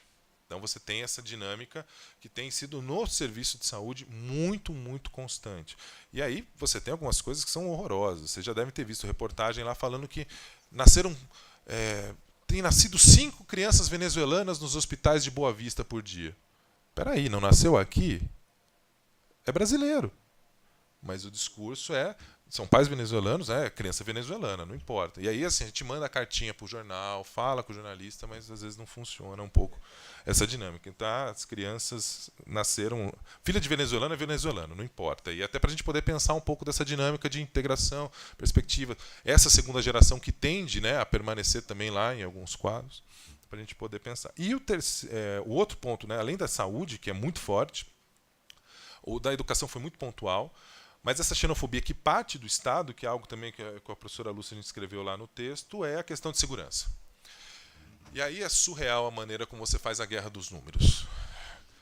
Ocorrências com venezuelanos. E ali você não discrimina se são vítimas ou se são agressores, são os criminosos e por aí vai. Ocorrência, aí você fala num aumento estrondoso, né, de situações. Sendo que em dezembro teve uma missão lá, o pessoal da Conectas, né, a Camila esteve lá conversando com a presidente do Tribunal de Justiça, e a presidente disse: não houve um aumento na questão de violência. Ela falou até com base nos dados das audiências de custódia, né, que em tese gerariam essa possibilidade de você ter um dado, porque historicamente a gente não tem dados. Eu dei aula para a especialização que a polícia criou lá junto com a universidade, e aí na hora dos meninos fazerem seus trabalhos de conclusão, qual era o principal problema? Não tinha dado. Aí você ia buscar no sistema. E agora parece que aumentou não sei quanto. Da onde tiraram esses dados, eu não sei. Eu queria entender um pouco disso. É diferente, você pega assim, a professora Rosana, ela aponta, né, de onde tirou, de onde... Lá só jogam os dados. Igual na questão de matrícula. Aumentou 400% as matrículas de venezuelanos nas escolas. Mas quantos tinham anteriormente? 1? 2? Não diz, né? Então você tem essa guerra dos números que o Estado faz dentro, em tese, de um discurso técnico, que obviamente gera na população um sentimento de xenofobia bastante complicado, e é isso que a gente tem vivenciado. E é um discurso que acaba atingindo tanto a esfera municipal, um pouco menor, porque essa esfera municipal ela teve, no primeiro momento, reticência, né, em participar, não quis participar, e depois, como ela faz parte do mesmo partido do governo federal, então ela acaba tendo que diminuir um pouco o discurso, apesar que em alguns momentos, enquanto ela se apresentava como a prefeita, né, uma possível candidata ao governo do estado, aí ela aumentou o discurso, né, o grau de violência no discurso contra os venezuelanos. Já o governo do estado, a governadora está tentando a reeleição e ela percebeu ali um nicho onde ela poderia explorar, e é nesse sentido que você vê essa ação do fechamento de fronteira e também essa questão de como ela tem, né, se referido à temática, né, que até ser uma entrevista na Isto É, na quinta-feira passada, no feriado, ela falando que não entenderam ainda o problema da fronteira, né, não conseguiram compreender o que está se passando, tal. E é a tentativa de tirar a responsabilidade, e aí, ao mesmo tempo, é muito interessante a questão, de novo, a guerra dos números. Vocês sabem, ontem foi aprovada a MP 820, que se relaciona com a temática migratória de acolhimento de caráter humanitário. Foram disponibilizados ali 190 milhões para essa atuação, e o governo do estado pede um ressarcimento de 184 milhões. Tipo assim, né? Em tese deve ter tido uma metodologia ali de pensar quanto é que é e tal, de onde é que vem o dinheiro, que é também um dos problemas que a gente tem enfrentado lá. Bom, deixa eu até ver. Bom, já estou falando demais, mas vamos tentar pensar nas questões, 3 questões que eu falei com vocês. De abrigamento, de certa forma, a gente já está discutindo. Eu vou primeiro discutir o abrigamento, para depois interiorização e, por último, a igreja, tá? Para a gente seguir um pouco nesse diálogo. Nesse monólogo, né? Diálogo. Bom, em termos de abrigo, o que você percebe? O governo federal finalmente assume um compromisso em fevereiro. E aí vale destacar por que o governo federal assume o compromisso em fevereiro. Ainda bem que o grau de incompetência governamental é tamanho que, às vezes, eles fazem uma bobagem e têm que remediar essa bobagem. O que aconteceu, né? O Estado de Roraima, os parlamentares de Roraima e a própria governadora buscaram o governo federal no sentido, olha, a gente precisa de ajuda, a gente precisa de alguma coisa, vocês precisam entrar nessa dinâmica. E, na época, o ministro da Defesa e o ministro da Justiça tinham um evento em Paramaribo para discutir questões da Unasul. E aí o que eles fizeram? Eles marcaram, olha, então a gente vai para Paramaribo, nós pegamos o avião, vamos até Boa Vista, de Boa Vista vamos a Paramaribo. E aí eles pensaram numa longa escala de 2 horas em Boa Vista, recebendo parlamentares e a governadora no aeroporto. Obviamente, imagine a reação que isso gerou, né, naquele momento, porque a governadora falou, se eles quiserem, eu estou aqui no palácio, não vou fazer. Os parlamentares também ficaram muito bravos, no sentido de falar, olha, vocês são nada, né, não nos interessa. E era o momento que ainda o governo tentava aprovar a reforma da Previdência. Então, cada votinho, lembra que cada dia saiu uma contagem, a reforma da Previdência tem tantos votos, então precisa fazer. Como eles conduziram mal, chegaram lá, ainda tiveram que dar uma volta, ficaram por algumas horas. Quer dizer, isso porque é um avião fretado, né? Você escolhe a hora que você quer ir ou não, mas mostra um pouco do descaso que eles estavam com a questão. Isso gerou uma reação, e o governo tinha, naquele momento, medo de perder esses votos para a reforma da Previdência. E, repito, num estado onde a maioria não, mas boa parte da população é servidora pública, você fala em reforma da Previdência, obviamente gera um desgaste na sua relação com o eleitor. Aí, no meio do carnaval, e até fui atrás da agenda do Temer, ele estava para ficar no Rio de Janeiro, alguma coisa assim, ele se dirige numa segunda-feira de carnaval, bom, pelo menos matou o carnaval dos políticos, ele teve uma reunião, né, o presidente, não é muito comum ter a figura do presidente lá, acho que o Fernando Henrique nunca esteve lá, em Roraima. O Lula teve uma vez para a demarcação da Raposa Serra do Sol. A Dilma acho que teve 2 vezes. Quer dizer, não é constante, né? Não é igual aqui em São Paulo, que toda hora, né, a presidência está passando por aí. Então ele foi para lá, marcou uma reunião e aí assumiu um compromisso público. E a partir de fevereiro, então, que nós temos essas medidas que estão sendo tomadas. A primeira, a tal de operação acolhida, que eles fazem, que é o abrigamento, que seria retirar as pessoas da rua. Você tinha um número bastante grande de pessoas vivendo nas ruas, a sociedade civil não estava dando conta, mesmo as ações, e aí totalmente desarticulado, descoordenado. Eu cheguei a ver na praça 3 grupos querendo distribuir sopa. Né? Então, em vez de você pensar hoje, tem um grupo hoje, então eu vou depois. E também um outro ponto, né? Parece que só porque a pessoa está com fome, ela só tem que comer sopa. Né? É um outro ponto que parece que... mas eles abdicaram da sopa. Mas espera aí, então, coma você sopa todo dia? Né? Aquela sopa, gente, vocês sabem, é sopão, é sopa para muita gente. Você vai jogando lá uns pedaços, vai tentando misturar ali para dar algum sabor. Desculpa, chega uma hora que você não aguenta, aquilo é horrível. Né? E mais, eu estou falando de uma cidade onde à noite, nessa época do ano, são 30 graus, 31. A gente tem a tradição da sopa, sim, mas um outro tipo de sopa, não aquele sopão, né, que você joga qualquer coisa ali. Então é um pouco dessa dinâmica, mostrando toda essa descoordenação que existia. Mas aí o governo federal assume e vem a operação acolhida, e aí é um primeiro problema que a gente tem que pensar. É uma operação já, em tese, pautada na nova lei, mas em nenhum momento a ideia do acolhimento humanitário, né, que seria uma das hipóteses, ela aparece no discurso. Esse é um primeiro ponto. E aí vem uma outra crítica. A gente tem a nova lei a partir de novembro, só que continuamos pensando caso a caso. A questão dos venezuelanos está inserida na tal da portaria interministerial número 9, que é quase uma reprodução da 126, tirando a necessidade de entrar pela fronteira. Então aí a gente pensa, peraí, o que mudou? Né? E a gente, repito, não acho que a política de assistência social... Inclusive tem um texto que não deu tempo ainda de ler, que o Exército fala sobre assistência social, o que me chama a atenção, assim, mas não acho que seja o órgão mais adequado para isso. Reconheço algumas questões, por exemplo, que do ponto de vista logístico, para atuar na Amazônia, talvez eles sejam, dentro do âmbito governamental, os mais preparados, porque já estão ali há mais tempo, já conhecem as dinâmicas de funcionamento. Apesar que também não sei, os equipamentos que vieram do Rio de Janeiro demoraram 21 dias para chegar em Roraima, quer dizer, também não é tão eficiente assim, né, para a gente pensar. Só é mais eficiente que o Correio nesse momento. Mas você tem essa dificuldade e há uma presença muito significativa, e uma presença que aí eu faço uma crítica às organizações internacionais que não têm sido críticas em relação a isso. Elas têm a questão do enfoque, da atuação, mas a maneira como tem sido feito, eles não parece que não estão muito preocupados com as possíveis consequências que isso possa gerar em termos de política migratória. A gente, apesar de uma lei que fala não sei quantas mil vezes em direitos humanos, a primeira resposta que a gente dá para uma crise é militarizada. Esse é um problema bastante significativo para a gente tá pensando. E fora o uso político disso, né? Eu recebo vídeos da operação com música do Toquinho, numa folha qualquer eu desenho só amarelo, mostrando os caras distribuindo alimentos, distribuindo... Poxa, gente, tem uma mensagem aí por trás, tá? A gente não pode ser tão inocente nesse sentido.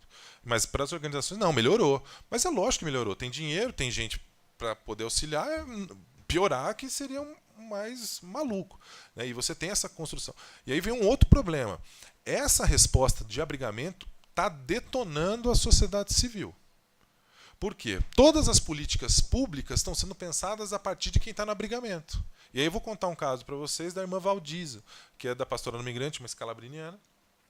Ela estava contando, João, esses dias teve uma família que me procurou, a gente tentou aluguel social, conseguiu coordená-los, fiz a compra de alguns materiais, principalmente de colchão, para eles dormirem, gastou uma grana lá em colchão. E ela falou, esses dias eu fui para o abrigo e encontrei-os lá.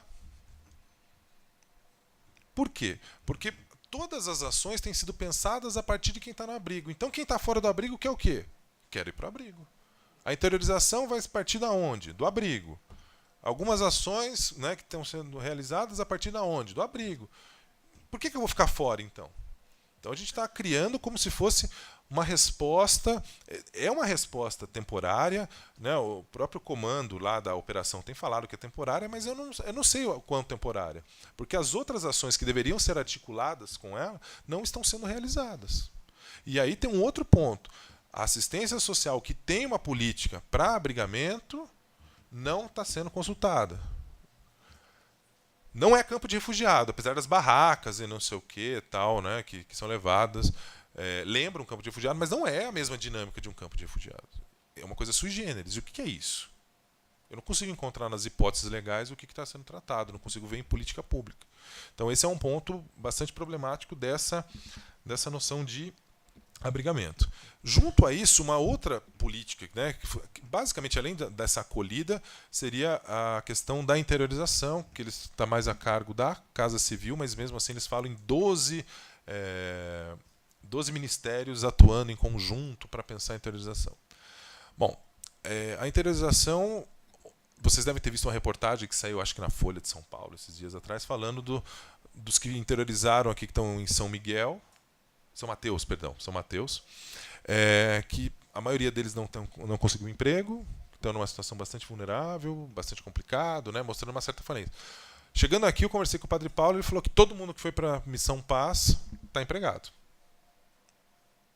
Por que isso? E aí vem um outro ponto para a gente pensar. Não é só do excelente trabalho que a Missão Paz realiza, mas há também um conteúdo. Ele falou para mim, a maioria deles está no setor de alimentação, que é uma tradição, né? Na Venezuela você teve por muito tempo a questão da hotelaria, turismo, né? Alimentação que poderia facilitar, mas eles estão, gente, no centro de São Paulo, onde, de certa forma, o deslocamento para essa rede de restaurantes, talvez a rede hoteleira, é mais simples. Se você pegar do ponto de vista de regionalização, São Mateus é um dos lugares com maior índice de desemprego. E esse tipo de mercado lá é incipiente, porque são outros tipos de restaurante. Restaurante de característica mais popular, muitas vezes empresas individuais, né, ou empresa familiar, alguma coisa nesse sentido. Mas a gente não consegue pensar nisso. E aí tem um ponto da interiorização que, primeiro, além do número ainda ser pequeno para a gente pensar em termos de uma dinâmica de funcionamento, é quase que um plano piloto, né, porque são 500 e poucas pessoas, é o mesmo que chega num dia em Pacaraima, que a gente conseguiu pensar em interiorização. Lógico, tem interiorização já das pessoas, quem tem um pouco de recurso já tem feito, né, essa entrada no restante do território. Mas é que ela é somente pensada do ponto de vista político.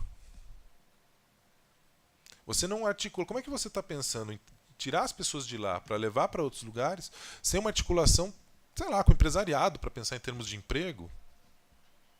Com a própria sociedade civil na perspectiva de integração? Não, você dialoga com as prefeituras, né? A Casa Civil articula com as prefeituras. E aí você tem, a professora Rosana, uma vez conversando com ela falou, isso daí está virando uma metropolização, porque você manda para as grandes cidades. E as grandes cidades, a gente sabe, além da questão do desemprego, tá, de forma mais forte nas grandes cidades, há também o quadro do custo de vida. Como é que você faz?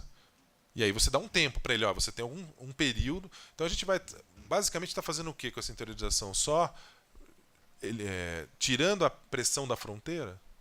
Não dá para pensar uma política de interiorização que seja só para isso. Só para tirar a atenção da fronteira e mais, uma atenção na fronteira no ano eleitoral. Né? Que para que o político possa ir lá e falar, olha, fiz isso, fiz aquilo outro. Então é um problema a interiorização. E um outro ponto que eu acho relevante, há uma expertise em termos de reassentamento. E esse expertise em termos de reassentamento não parece presente. Em termos dessa dinâmica, né? Como é que você vai fazer essa interiorização? Então é um ponto crucial para a gente estar pensando nisso. Acho que o reassentamento é uma das ações a serem feitas? Sim. Reassentamento não, a interiorização? Sim. Mas não dá para ser a única, ou para ser o carro-chefe. Lembrando que, para muitos, há uma vinculação. A questão da remessa é muito problemática para a Venezuela. Estar próximo à fronteira é uma vantagem. Então, há uma dinâmica assim, de funcionamento não articulado das ações. Tanto do ponto de vista da sociedade civil, mas do ponto de vista governamental. E aí o que acontece? É mais fácil você falar, por exemplo, no nível regional, no nível local, que a culpa é do governo federal. E aí você joga, e aí, de certa forma, politicamente é de uma inteligência enorme, você joga no STF a questão desse. Porque o STF hoje quer decidir sobre tudo, né? Como eles querem aparecer para qualquer coisa, então você joga lá e vai ver qual o resultado que isso vai gerar.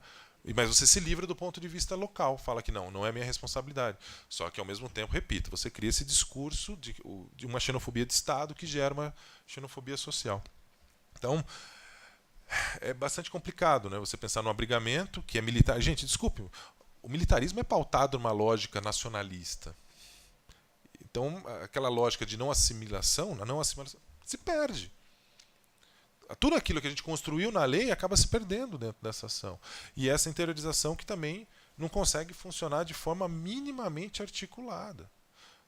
E aí, há algumas iniciativas até da própria sociedade civil, há uma tentativa de interiorização da própria Igreja Católica, onde o bispo de Roraima fez uma solicitação junto ao evento na CNBB pedindo quais são as dioceses e arquidioceses interessadas em receber, que daí eles fariam pequenos grupos articulados, às vezes com pastoral do migrante, pastorais sociais, aí Cabo Frio ofereceu, acho que Uberlândia, uma série de... a gente 15, 20 a gente consegue receber, tal, para pensar uma dinâmica que tem que ter um acompanhamento.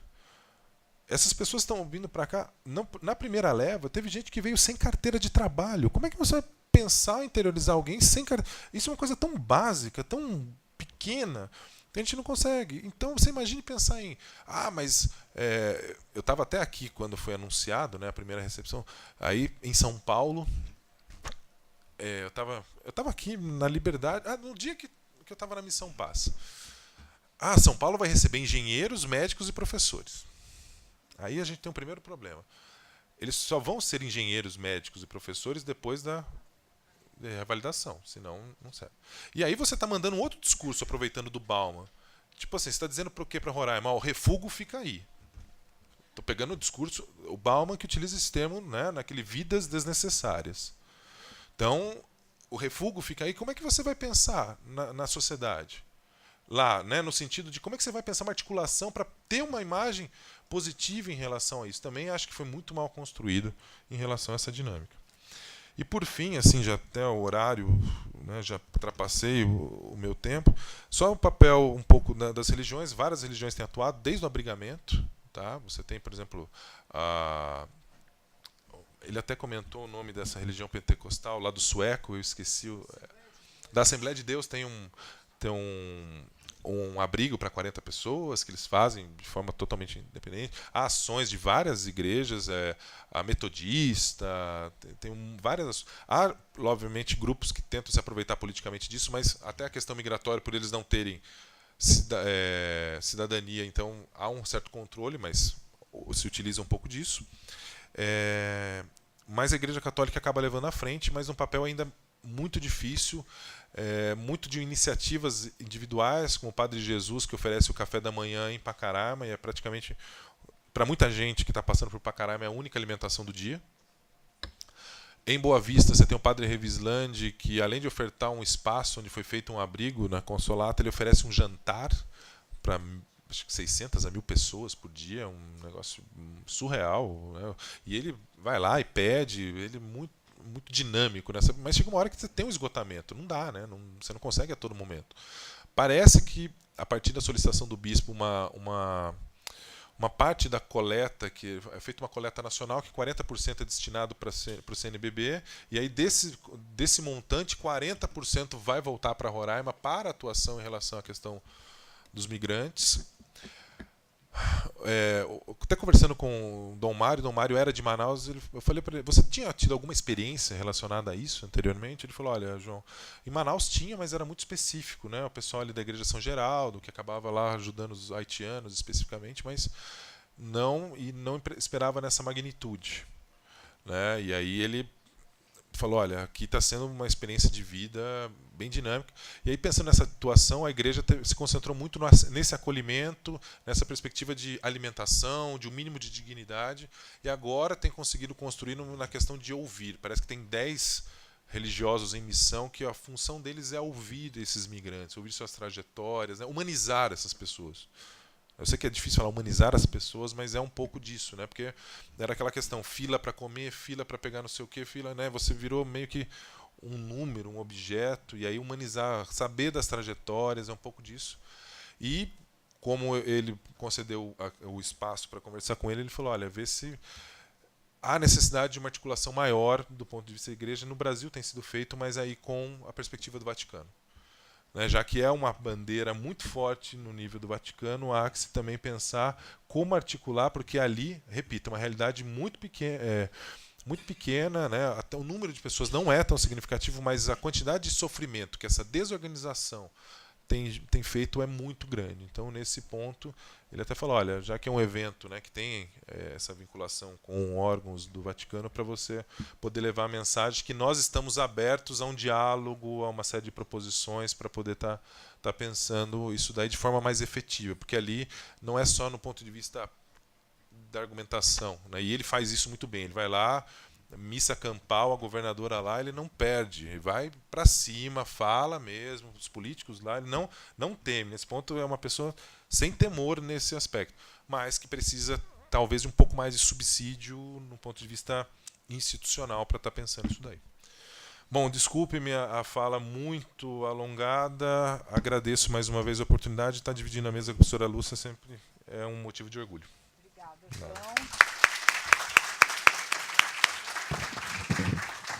Bem, eu acho que a fala do João complementou e se relacionou muito, né, com as questões colocadas ontem e hoje.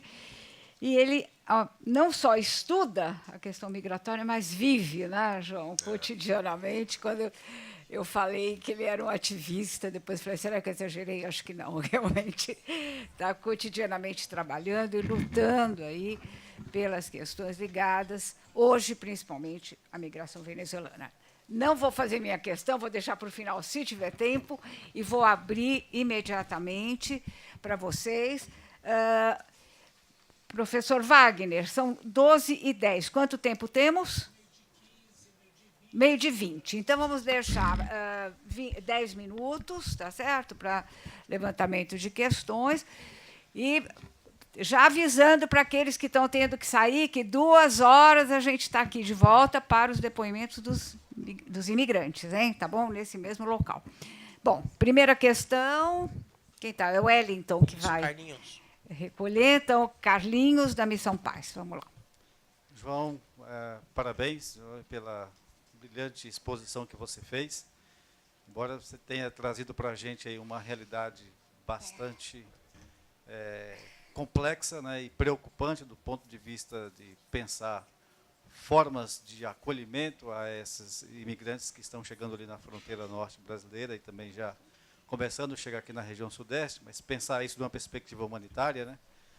Mas você traz aí uma riqueza de informações que nos permite pensar ou propor sugestões para os governos locais aqui e também na mediação com o governo federal, no sentido de tentar aí construir uma agenda social, uma agenda política de um abrigamento humanitário efetivo para essas pessoas.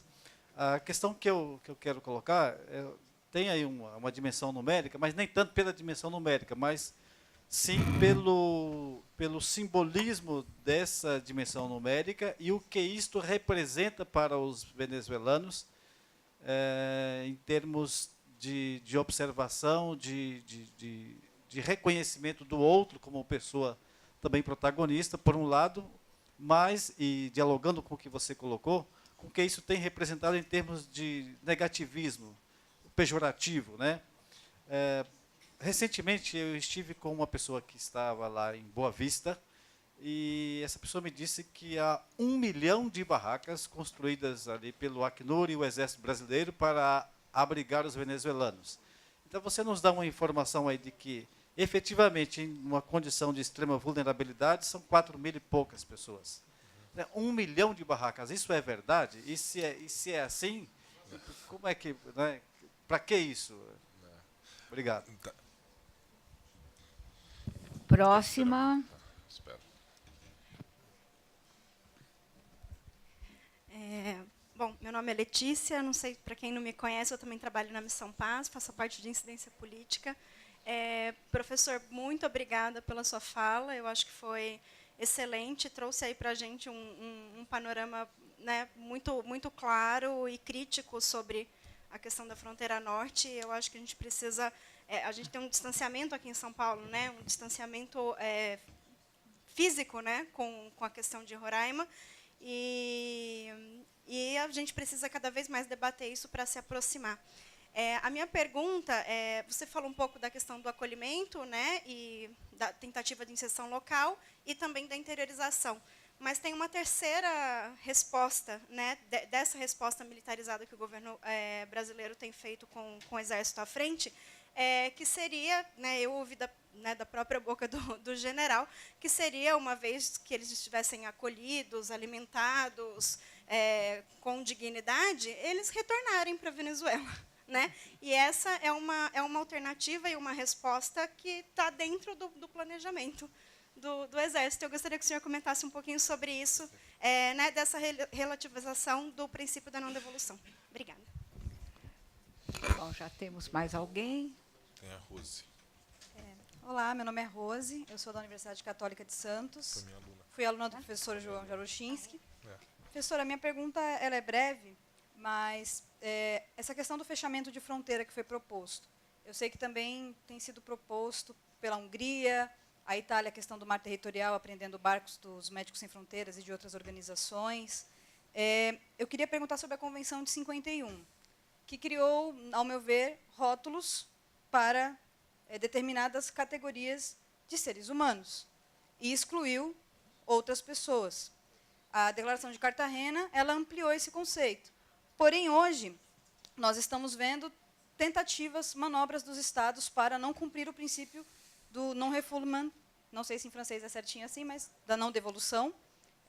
A minha pergunta é a seguinte: a Convenção de 51 hoje, ela funciona como um instrumento de proteção ou de exclusão? Bem, acho que mais uma no limite. Tem mais um aqui. Então, última questão. Bom dia, professor Carlos. Foi um prazer ouvi-lo, bem como todos os outros palestrantes. Eu sou Edinaldo Araújo, da Universidade do Estado do Pará, do curso de licenciatura em Ciências da Religião. Sou teu vizinho, né? Vizinho, né? Mais fácil vir para São Paulo do que para Roraima, Com certeza. de Belém. E na sua exposição, eu notei algumas questões que, e perdoe a intercorrência, perdoe a interpretação, parece que são vícios. Vícios da busca pela uma política pública, vício pela intervenção do judiciário, intervenção militar, nesta questão da migração. E aí o ponto é a questão da xenofobia como um vício também. Então, rapidamente, isso ocorre dentro do nosso país. Belenenses não gostam do Manauara, Manauara não gosta de belenense, belenense não gosta do soteropolitano.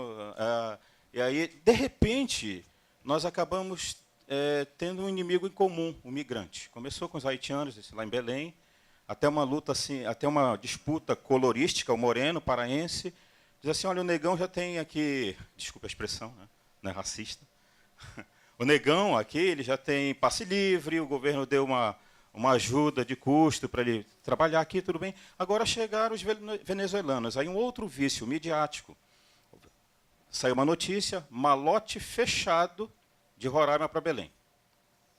Aí a outra mídia disse, não, passou por Manaus. Aí veio o pacote para cá. A grande questão, e a minha pergunta, é como nós podemos tratar desses nossos vícios, principalmente nesse critério xenofóbico, em relação aos nossos migrantes. E uma outra questão a pensar, já que nós temos a ausência do poder público, o judiciário tem que ser provocado, se é que é para ser provocado, mas nos parece que a solução tem sido a igreja, e até quando ela aguenta? Tá bem. Então, eu rapidamente vou colocar a minha questão. A Rosana tocou no papel das cátedras, cátedra Sérgio Vieira de Mello, e mais especificamente por caso de Campinas e o trabalho que eles têm feito. Eu gostaria que você comentasse um pouquinho, João, o papel da cátedra lá em Roraima, porque eu acho que vale a pena a gente divulgar, tá bem? E, enfim, agradeço aí a tua atenção às questões e a palavra é sua. Bom, tentar seguir a ordem das questões. Bom, Carlinhos, os números, né, são sempre exagerados. Repito, né, em 2016 já falava em 30 e 40 mil pessoas lá, e aí esse número se mantém, há um número de entrada, mas se mantém, né, porque parece um pouco mais realístico falar hoje em 30 mil pessoas do que era naquele momento. Mas é a tentativa de sempre inchar, né, as ações para criar essa ideia de caos, de que não dá, não temos como receber. Obviamente, há um número grande de barracas, mas é o que te disse, no máximo vai ter, parece que a ideia do abrigamento máximo é de 8 mil pessoas, né? Então, falar em 1 milhão, mas é um pouco disso, as pessoas não têm muita noção, né, do tamanho.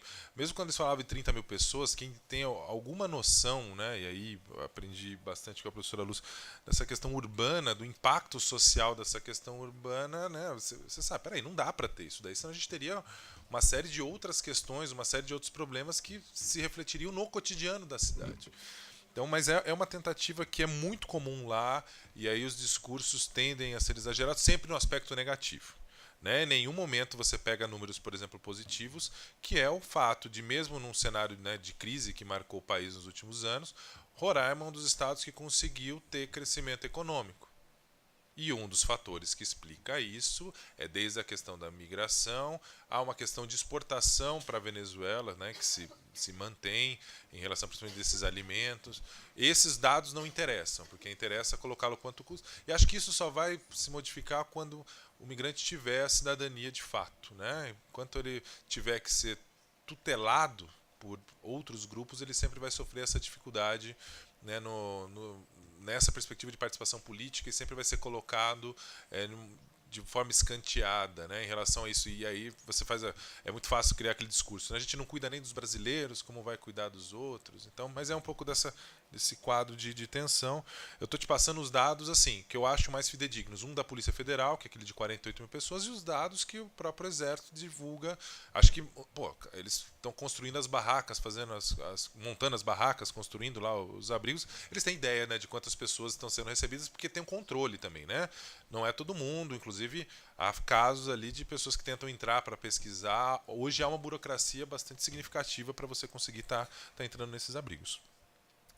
Bom, essa dinâmica de retorno não é só essa dinâmica que é um tanto quanto preocupante, né? Quando você agora sumiu um pouco esse tipo de discurso, mas no primeiro momento nós estamos lá para proteger os roraimenses. Então é aquela ideia, você lida dentro das Forças Armadas com a ideia de ameaça, né? De segurança. Então representa, e aí qual que era o discurso de ameaça? É a questão fitossanitária, né? Que eles falam da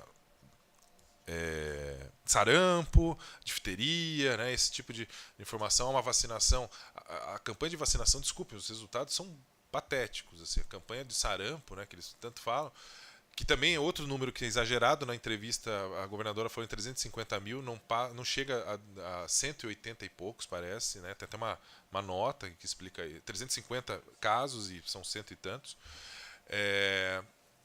Você acaba criando, e é um problema, né? Inclusive alguns venezuelanos eles comentam: poxa, eu saio de um país extremamente militarizado, né, que hoje é a realidade da Venezuela, e chego aqui também para uma forma de acolhimento completamente militarizada.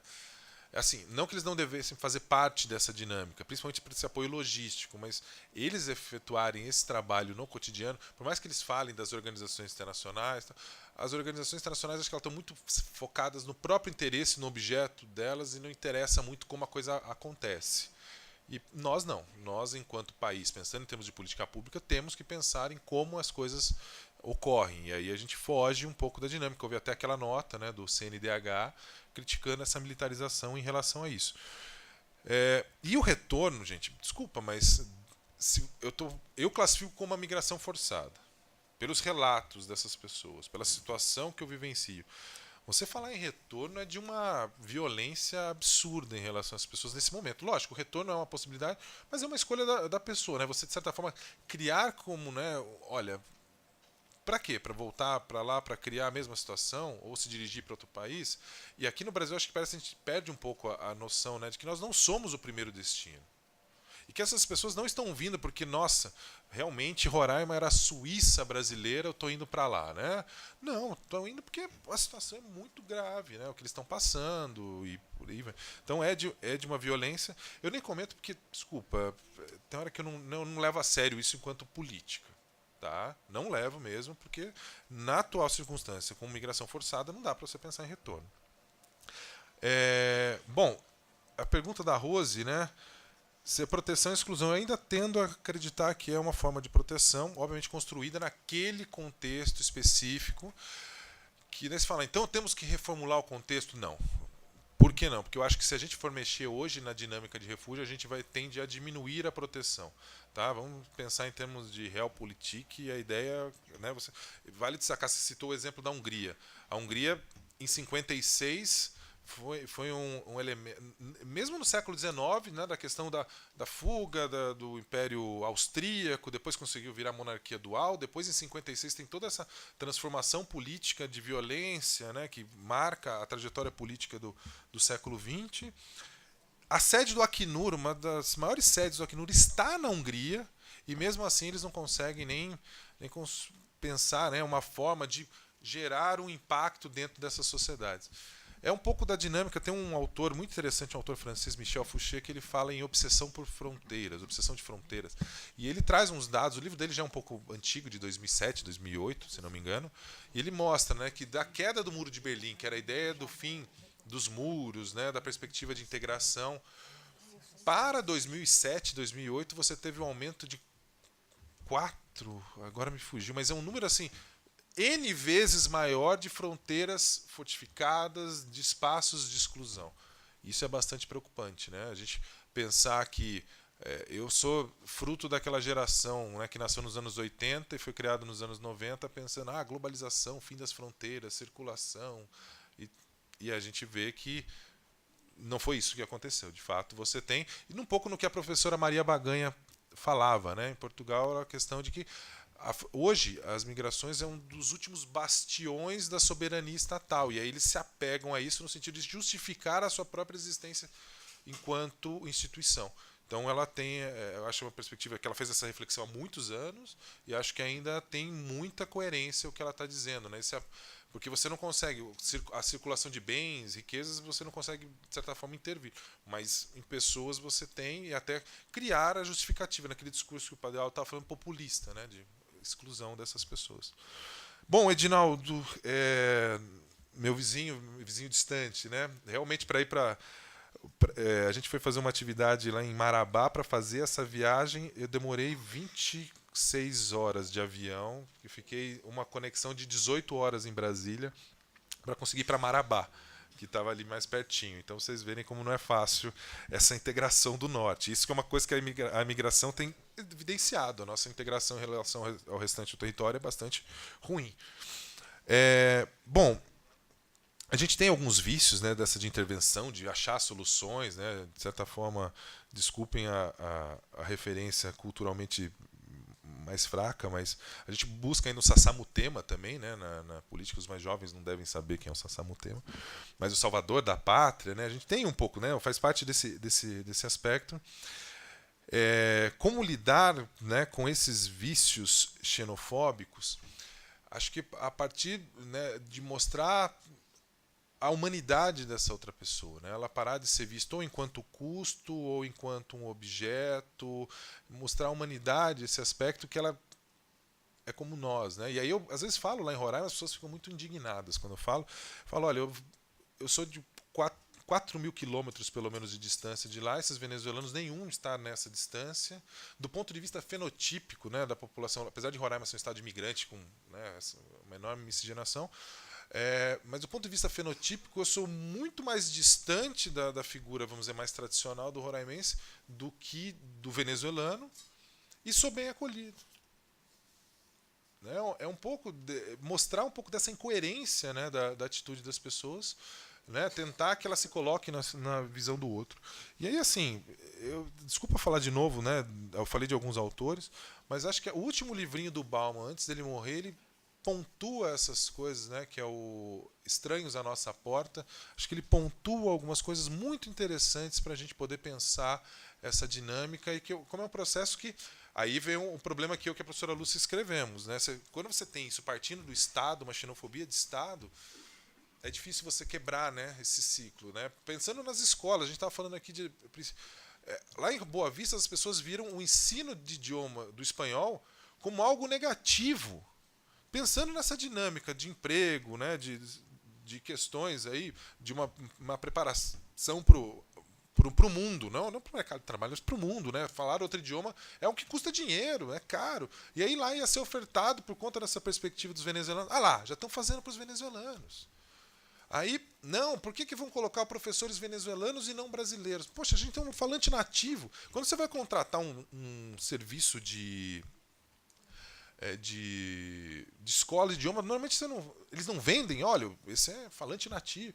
E a gente não, a gente desvaloriza, por quê? Porque a gente tem esse vício de querer colocar a nossa culpa. E acho que o Bauman é muito feliz, né, para falar, o migrante muitas vezes representa aquele papel. A gente está numa situação já de subalternidade, a gente está numa situação ruim, mas encontrar alguém pior é uma satisfação pessoal para a gente. E esse é um ponto que tem sido muito bem trabalhado politicamente por alguns grupos. E a gente tem que pensar um pouco nisso. Bom, professora, da cátedra, não só da cátedra, né, que está sob a coordenação do professor Gustavo lá, né, tem feito um ótimo trabalho. A universidade como um todo ela tem se envolvido de forma bastante impactante. Só para vocês terem uma ideia, as organizações internacionais estão dentro da universidade. O Centro de Referência hoje do Migrante foi inaugurado agora dia 20 de abril dentro da universidade. E por que tem isso? Eles olham a universidade como uma possibilidade de pensar que o grupo que domina o governo estadual é rival do governo municipal. Então, a universidade seria um canal capaz de dialogar com os dois lados. A universidade tem feito bastante coisa, mas também tem conseguido uma retribuição. Não acho que só a universidade está dando, não tem esse aspecto. Nunca foi falado tanto da universidade, nunca essa universidade teve tanto impacto de mídia e mais. Essa questão de propostas de emendas, a maioria das propostas que são feitas são levadas lá, eles desenvolvem um trabalho de pesquisa, de extensão. A professora Júlia desenvolve lá um trabalho de português muito, muito significativo, né? Um português que não é só um português de acolhimento, é uma dinâmica. Então há uma série de extensões, também um pouco de se humanizar, aulas de capoeira, hoje a gente tem uma preocupação com crianças também lá. Então a universidade, aí eu posso falar muito, o nosso curso tem se envolvido muito nessa dinâmica, até de um acolhimento social. Lógico, como cátedra, mas também quanto curso, né, quanto projeto, a gente tem conseguido pelo menos quebrar essa ideia da migração só um objeto de pesquisa e a migração como a necessidade de um envolvimento real, né, com a questão, desculpem, né, não é questão de ser ativista ou não, mas acho que não dá para você pegar pessoas, principalmente nessa situação, muitas vezes de vulnerabilidade, simplesmente para atender seu interesse de construir uma tese, um artigo, publicar. Você tem que se envolver com essa questão, você tem que pensar em algo que seja para a melhoria dessa pessoa, e acho que nisso vejo muito, né, tanto o professor Gustavo, a professora Júlia, a professora Franci, que tem uma tradição já há muito tempo de lidar com essa dinâmica, e outros professores, eu posso até estar sendo injusto aqui de esquecer alguns, a gente tem tentado trabalhar nesse ponto. Mas, repito, a universidade também está ganhando com isso.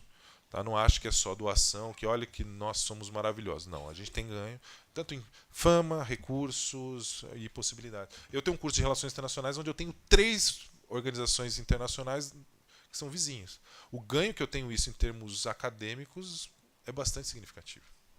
Bom, era isso. Obrigada, João, mais uma vez. E eu tenho um aviso, na verdade 2. O primeiro é sobre o alcance do Facebook, 492 pessoas alcançadas, o dado passado. Eu já vou te passar a palavra, João.